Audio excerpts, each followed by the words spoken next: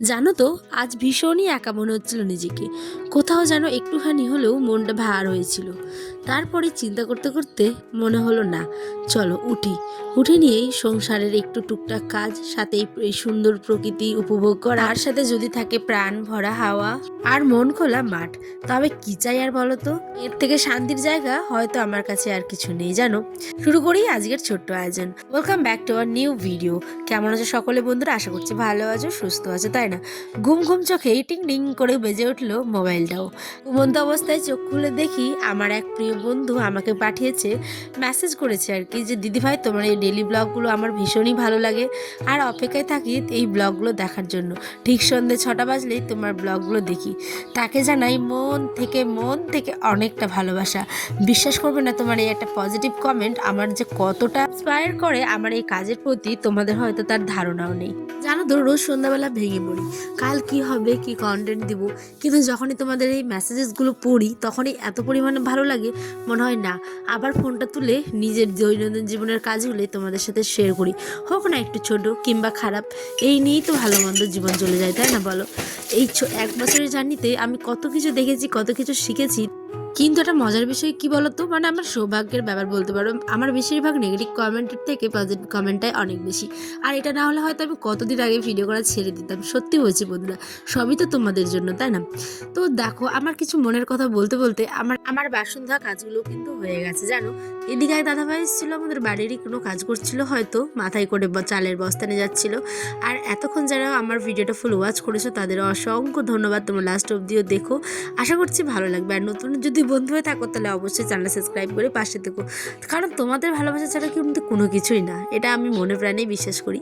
তো চলো এবার যাব হচ্ছে মাঠে। তার আগে আমার এই যে ছোট্টখাট্ট সোনার সংসার ঘরটাকে একটু গুছিয়ে নিচ্ছি। তার আগে বিছানাটা, ঝাড়ঝাটা, সমস্ত কিছু বাসি কাজকর্ম করে, আজ তো রান্নাবাড়ি নেই যেহেতু চলছে আমাদের এখন রোজা, ঠিক সেই কারণেই এখন যাচ্ছি হচ্ছে বর্মার সাথে আমরা মাঠে।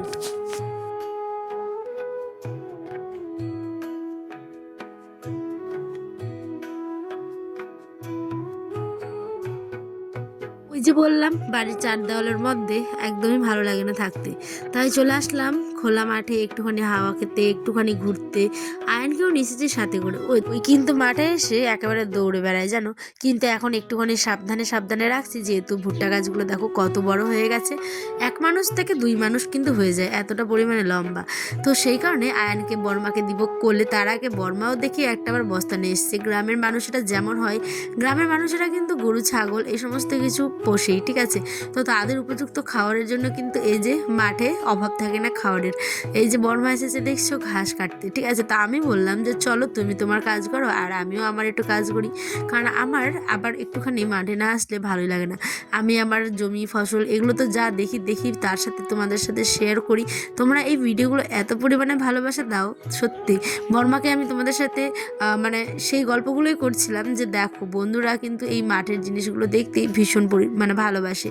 যারা হয়তো শহরে থাকো কিংবা দূর দূরান্তে, যারা এই মাঠের প্রকৃতির ঠান্ডা হাওয়া কিংবা কাঁচা মাটির গন্ধ কেউ খুঁজে পাও না, তাদের জন্য এই ভিডিওগুলো। আসো আসো আসো।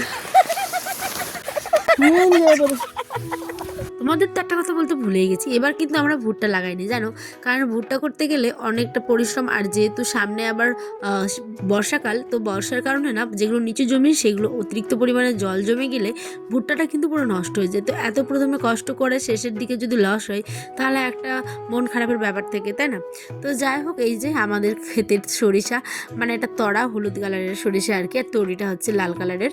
তো দেখো যত দূর চোখ যায় সমস্তটা কিন্তু আমাদের। তো এই যে হালকা হালকা করে কিন্তু পাকা শুরু হয়ে গেছে, ঈদের আগেই মনে হয় এটা কিন্তু কাটা হয়ে যাবে সরিষাটা। এদিকে আয়নকে একদম ধরে রেখেছি, কারণ ওই যা ছুটন, তো মানে দৌড়ে বেড়ায় জাস্ট, আর এই মাঠে যদি দৌড়ে বেড়ায় তাহলে কিন্তু হারিয়ে যাওয়ার সম্ভাবনাটাও থাকে। তো সেই কারণে হাত ধরেছি, বাকিটা তোমাদের সাথেও শেয়ার করেছি। এই ব্লগটা কেমন লাগলো গো অবশ্যই কিন্তু আমাকে জানিও, প্লিজ প্লিজ। তোমাদের এই কমেন্টগুলো আমি অপেক্ষায় থাকবো পড়ার জন্য, ঠিক আছে?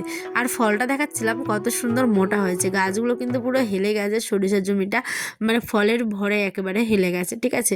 তো এদিকে বর্মা নিজের কাজ করে ঘাস তুলে, আর আমি আমার কাজগুলো দেখালাম। কেমন লাগালো অবশ্যই কিন্তু আমাকে জানাবে। আর আজ আসি, দেখা হবে অন্য একটি ব্লগে। ততক্ষণ সকলে ভালো দেখবো, সুস্থ দেখবো। কে কে রোজা করেছো অবশ্যই কমেন্টে করো। আজ কিন্তু আমি রোজা করেছি, তাই আজকে আর রান্নাবাড়ি শেয়ার করিনি। ইফতারের ভিডিও প্লাস রান্নাবাড়ির ভিডিও আগামীকাল মানে শুক্রবার তোমরা পাবে, খুব সুন্দর। আর ওই যে গতকালকে চুড়িটা নিয়েছিলাম, চুড়ি তো না মানে বালাটা, কেমন লাগছে আমাকে জানিও, আজ পরেছি। তো অন্যদিন আবারও গল্প হবে নতুন ভিডিওতে।